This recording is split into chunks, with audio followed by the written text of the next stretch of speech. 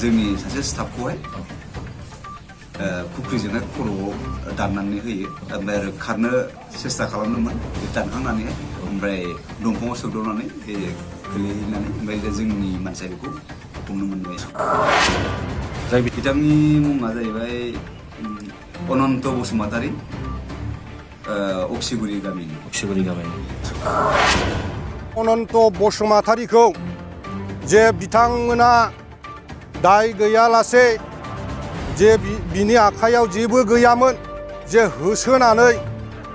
होसोनानै बेखौ दोखो दोखो बुग्लिदों मबे आयेनाव मबे ल'आव लिरनाय दङ मानसिखौ थैजासे बुनाय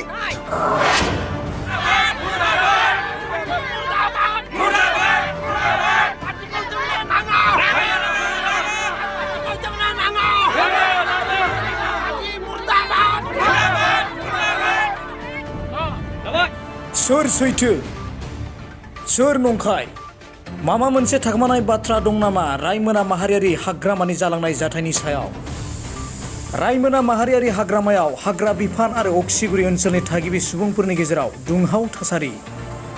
थांनाय 10 मार्चआव क'क्राझार जिल्लानि सिङाव थानाय रायमोना माहारियारि हाग्रामायाव हाग्रा बिफान आरो बिटिआर सोरखारजों दाजानाय गावसुंथा आफाद जथायै लोगो नांनानै 5 नं हाग्रा गेजेराव माखासे सुबुंफोरजों मोगा-मोगि जानानै गिख्रंथाव जाथाय जानानै थांदोंमोन। हाग्रा बिफाननि मावख'गिरिफोरा 12 अक्ट' खालि खौरां बिजोंनि गेजेरजों अक्सिगुरि गामिनि अनन्त बसुमतारीया हाग्रा बिफाननि रनेन्द्र औवारी आरो जयनाथ नार्जारीखौ खुख्रिजों दाननानै गोब्राब जोखोम खालामदों होननानै रोखा फोरमायदोंमोन।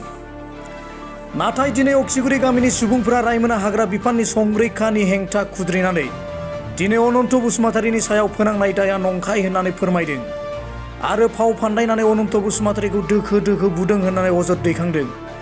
आरो सोरखारनिसिम न्याय बिसार खालामनो दाबि खालामदों अक्सिगुरि गामिनि थागिबिफ्रा।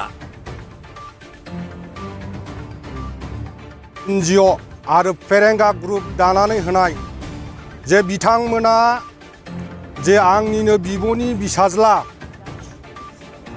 बिबनाय अनन्त बसुमतारीखौ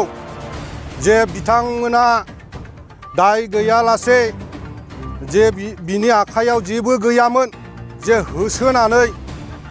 होसोनानै बेखौ दोखो दोखो बुग्लिदों आरो जोङो दा नुनो मोनबाय जे बिथांमोना मा हिसाबै बुखो जोंनो बिनि न्याय बिसार नांगौ आरो जे बियो दा हस्पिटालाव दङ जे बियो थैनायजों समान। मबे आयेनाव मबे ल'आव लिरनाय दङ मानसिखौ थैजासे बुनाय सोरबा मानसिया सिखाव खावदोंब्ला बेखौ हमनानै जेलाव हरनांगौ बिसारगिरिफ्रा बिसार खालामगोन नाथाय खुनु मानसिया बिसार खालामनो हाया बिनि बिसारखौ जोंनो नांगौ। बेनिखायनो आं दिनै प्रमद बर' आरो फेरेंगा बिथांमोना गुन्दा सोदों गुन्दा बिटिआरखौ आरो बिथांमोना